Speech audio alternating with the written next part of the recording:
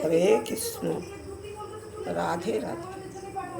আষাঢ় মাসের কৃষ্ণপক্ষের যে একাদশী, স্বয়ং রাজা যুধিষ্ঠির ভগবান কৃষ্ণকে জিজ্ঞাসা করলেন, হে দয়াময়, আষাঢ় মাসের কৃষ্ণপক্ষের যে একাদশী, তার কি নাম, তার কি গুণ বলে? তখন ভগবান শ্রীকৃষ্ণ বলছেন, এই আষাঢ় মাসের কৃষ্ণপক্ষের যে একাদশী, এই একাদশীর নাম যোগিনী একাদশী। এই একাদশী ব্রত সর্ব পাপ হারিণী। অলকা নগরীতে বাস করতেন কুবের। সেই কুবের শিব পূজা করতেন, তিনি শিব ভক্ত ছিলেন এবং তার পূজার পুষ্পর ডালি এনে দিত কে? হেমমালি। হেমমালি প্রত্যহ ফুল সংগ্রহ করে এনে দিতেন সেই শিব পূজার জন্যে। একদিন হেমমালি কী করলেন, ফুল তোলা বন্ধ করে দিয়ে তার স্ত্রী বিশালাক্ষীর সঙ্গে কামার্ত হয়ে রয়ে গেল। সেদিন আর ফুল তোলা হলো না।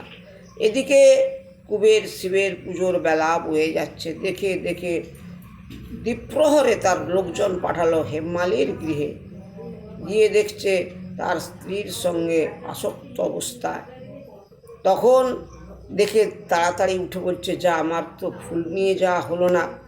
তাড়াতাড়ি করে হেমমালি ফুলের ডালি নিয়ে যখন এখানকে আসলেন দ্বিপ্রহরে, তখন ওই কুবের অভিশাপ দিল, তুমি তোমার স্ত্রীর সঙ্গে কামার্ত অবস্থায় ছিলে, এদিকে আমার শিব পূজা হলো না, শিব পূজার বেলা অবসান হয়ে গেল, আমি অভিশাপ দিচ্ছি, তুমি সাদা কুষ্ঠ হবে তোমার সারা শরীরে।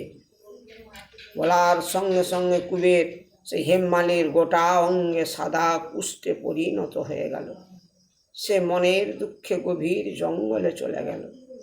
ঘুরতে ঘুরতে ঘুরতে ঘুরতে বেশ কিছুদিন ঘোরার পর মার্কণ্ড মুনির সঙ্গে দেখা। সেই মার্কণ্ড মুনির চরণে পতিত হয়ে প্রণাম করে বলছে, দয়াময়, আমাকে এই অভিশাপ থেকে মুক্ত করো। আমি কিভাবে এই অভিশাপ থেকে মুক্ত হব? ওই হেমমালি পুরো কাহিনীটি মার্কণ্ড মুনির কাছে বললেন।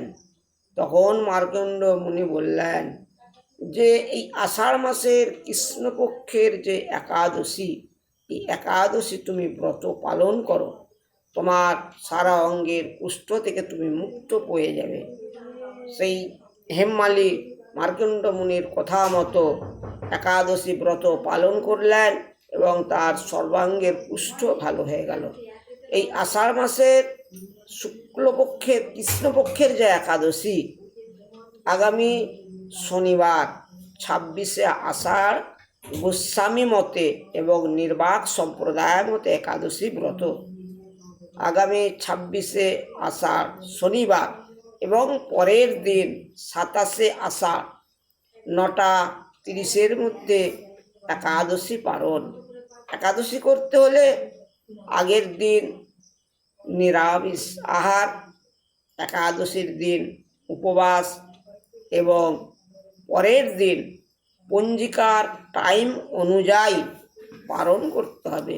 নাহলে একাদশী ব্রত করে তার কোনো ফল পাওয়া যায় না।